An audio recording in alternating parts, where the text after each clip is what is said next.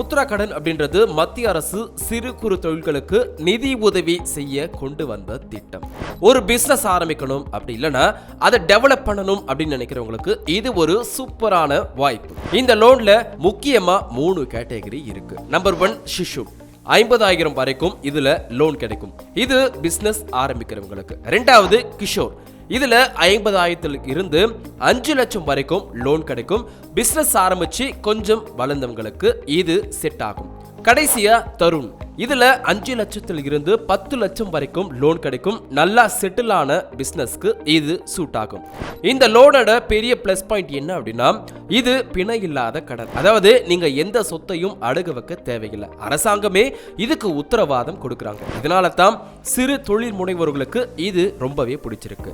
இந்த லோன்ல பேங்க்ஸ், கிராம வங்கிஸ், NBFCன்னு எல்லாருமே கொடுக்கறாங்க.